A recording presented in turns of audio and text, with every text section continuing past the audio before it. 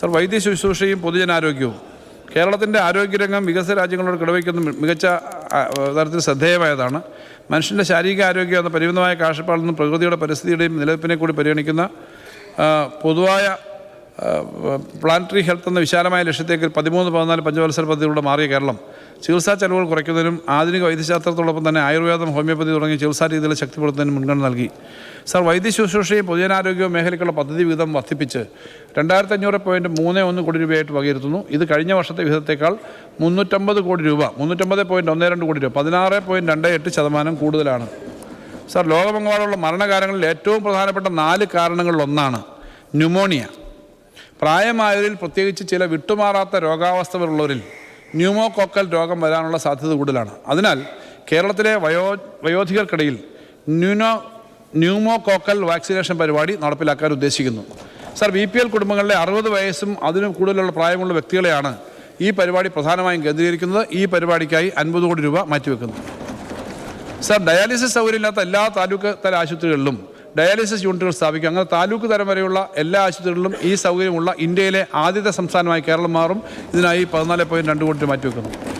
Sir, Malabar cancer സെൻ്ററിന് 50 കോടി രൂപ, Cochin cancer സെൻ്ററിന് 30 കോടി രൂപ, RCCക്ക് 90 കോടി രൂപ, മെഡിക്കൽ കോളേജ് വഴിയുള്ള ക്യാൻസർ സെൻ്ററിലേക്ക് 30 കോടി രൂപ, ജില്ലാ താലൂക്ക് ആശുപത്രിക്ക് 3 കോടി രൂപ എന്നിങ്ങനെ ക്യാൻസർ ഉൾപ്പെടെ ക്യാൻസർ രോഗനിർണയത്തിനും ചികിത്സയ്ക്കുമായി 203 കോടി രൂപ മാറ്റിവെച്ചിട്ടുണ്ട്. കഴിഞ്ഞ വർഷത്തെ വിഹിതത്തേക്കാൾ എല്ലാ മേഖലയിലും നല്ല കാര്യം സാരമായ വർധന വരുത്തിയിട്ടുണ്ട്. സർ, പെയിൻ ആൻഡ് പാലിയേറ്റീവ് പ്രവർത്തനങ്ങൾക്കായി സംസ്ഥാന പദ്ധതിയിൽ 6.5 കോടി രൂപ നീക്കിവെക്കുന്നു. സർ, കാരുണ്യ ആരോഗ്യ സുരക്ഷാ പദ്ധതി 42.09 ലക്ഷം ദരിദ്ര കുടുംബങ്ങൾക്ക് സർക്കാർ എംപാണ്ട് സ്വകാര്യ ആശുപത്രി വഴി സൗജന്യ ആരോഗ്യ സുരക്ഷ ഉറപ്പാക്കുന്നു. അതിൽ വരുമാന പരിധി കണക്കിലെടുക്കാതെ എല്ലാ ഭിന്നശേഷിക്കാരും ട്രാൻസ്ജെൻഡർ വ്യക്തികളും ഉൾപ്പെടുന്നു. സാർ, ഈ പദ്ധതിക്കായിട്ട് 900 കോടി രൂപ നീക്കിവെക്കുന്നു. കഴിഞ്ഞ വർഷത്തേക്കാൾ 200 കോടി രൂപ അധികമാണ് സാർ ഈ വർഷം മാറ്റിവെക്കുന്ന വിഹിതം. Sir, Thiruvananthapuram medical college surgical robot സ്ഥാപിക്കുന്ന പദ്ധതിക്കായിട്ട് 12 കോടി രൂപ വകയിരുത്തുന്നു. കേരള ഡിജിറ്റൽ ഹെൽത്ത് മിഷൻ്റെ അടങ്കൽ 27.6 കോടി രൂപയും ഇൻഷുറൻസ് മെഡിക്കൽ സർവീസ് ഡിപ്പാർട്ട്മെൻറ്റ് 2.25 കോടി രൂപയും ഔഷധിക്ക് 2.3 കോടിയും ഹോംബോയ്ക്ക് 1 കോടി രൂപയും മാറ്റിവെക്കുന്നു. സർ, ആർദ്ര മിഷൻ്റെ 2ാം ഘട്ടം സുസ്ഥിരമാക്കുന്നതിനായി 70.92 കോടി രൂപ വകയിരുത്തുന്നു. മെഡിക്കൽ കോളേജ് ആശുപത്രിയിലെ മാലിന്യ സംസ്കരണത്തിനായി 22 കോടി രൂപ മാറ്റിവെക്കുന്നു.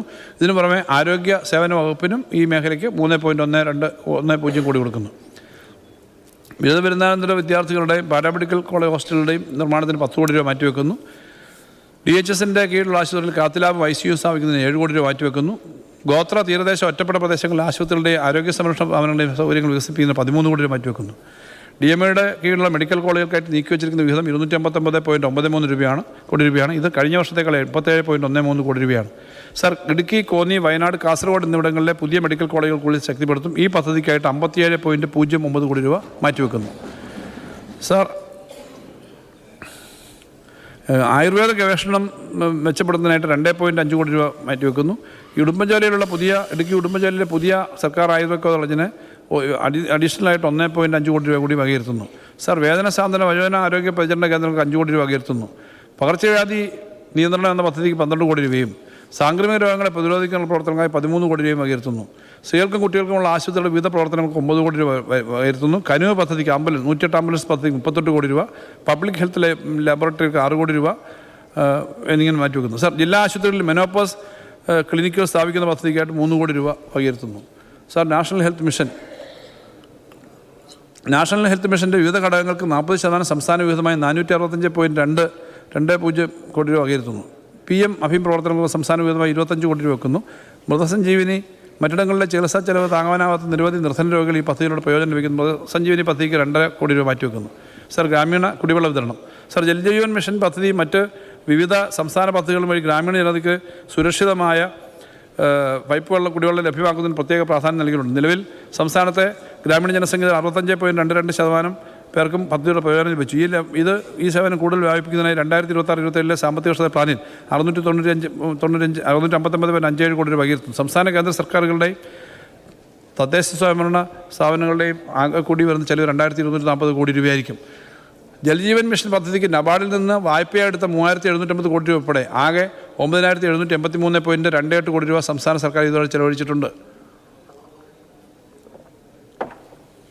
സർ, ഇതിൻ്റെ വിവിധ മേഖലകളിൽ ഗുണനിലവാര പരിശോധനയ്ക്ക് 11.56 കോടി രൂപയും നൂതന ആധുനിക സാങ്കേതിക മാനേജ്മെൻറ്റ് സംബന്ധിച്ച് ജലവിതരണ മേഖലയിൽ പ്രവർത്തന കാര്യക്ഷമത വർദ്ധിപ്പിക്കുന്ന 58 കോടി രൂപയും ഗ്രൗണ്ട് വാട്ടർ ഉൾപ്പെടെയുള്ള മേഖലയ്ക്ക് 21 കോടി രൂപയും വാട്ടർ അതോറിറ്റിയുടെ പ്രവർത്തനങ്ങൾക്ക് 31 കോടി രൂപയും കമ്മ്യൂണിറ്റി നിയന്ത്രിത ജലനിധി പദ്ധതിക്ക് 32.35 കോടിയും വകയിരുത്തുന്നു. ഗ്രാമീണ മലിനജല നിവാരണ ശൃംഖലകൾ സ്ഥാപിക്കുന്നതിന് 70 കോടി രൂപ പൂർത്തീകരിക്കുന്നു. നിലവിലുള്ള പദ്ധതികൾ ജലവിതരണ സേവനം ഇല്ലാത്തതോ മതിയായ സേവനം ലഭ്യമല്ലാത്തതായ പ്രദേശങ്ങളിലെ പുതിയ പദ്ധതികൾ ഏറ്റെടുക്കുന്നതിന് നിലവിലുള്ള പൂർത്തീകരിക്കുന്നതിന് 24 കോടി രൂപ മാറ്റിവെക്കുന്നു. പഴക്കഞ്ഞ പൈപ്പ് ലൈനുകൾ മാറ്റിവെക്കുന്ന നവീകരണ പദ്ധതിക്കായിട്ട് 48 കോടി രൂപ മാറ്റിവെക്കുന്നു. ഭൂഗർഭ ജല റീചാർജിങ് മഴവെള്ള സംഭരണം പദ്ധതിക്കായിട്ട് 12 കോടി രൂപ മാറ്റിവെക്കുന്നു. സാർ, ഭവന നിർമ്മാണം ലൈഫ് മിഷൻ പദ്ധതിയുടെ പരിധിയിൽ വരാത്ത ഗുണഭോക്താക്കളെ സഹായിക്കുന്ന ലക്ഷ്യത്തോടെ EWS LIG വിഭാഗങ്ങളുടെ ഭവന നിർമ്മാണത്തിന് സബ്സിഡി നൽകുന്നതിനായി 33.19 കോടി രൂപ വകയിരുത്തുന്നു. ജീർണിച്ച വീടുകൾ പുനർനിർമ്മിക്കുന്നതിനും ഗുണഭോക്താക്കൾക്ക് ആവശ്യമായ അടിസ്ഥാന സൗകര്യങ്ങൾ ഉറപ്പാക്കുന്നതിനുമായി എല്ലാ വീടുകളും ഘട്ടം ഘട്ടമായി പുനരുദ്ധരിക്കുക എന്ന ലക്ഷ്യത്തോടെ MN ലക്ഷം വീട് പദ്ധതിക്കായിട്ട് 10 കോടി രൂപ വകയിരുത്തുന്നു. വനിതാ ശിശു വകുപ്പിൻ്റെ തൻ്റെ ഇടം പദ്ധതിക്ക് 2 കോടി രൂപ മാറ്റിവെക്കുന്നു.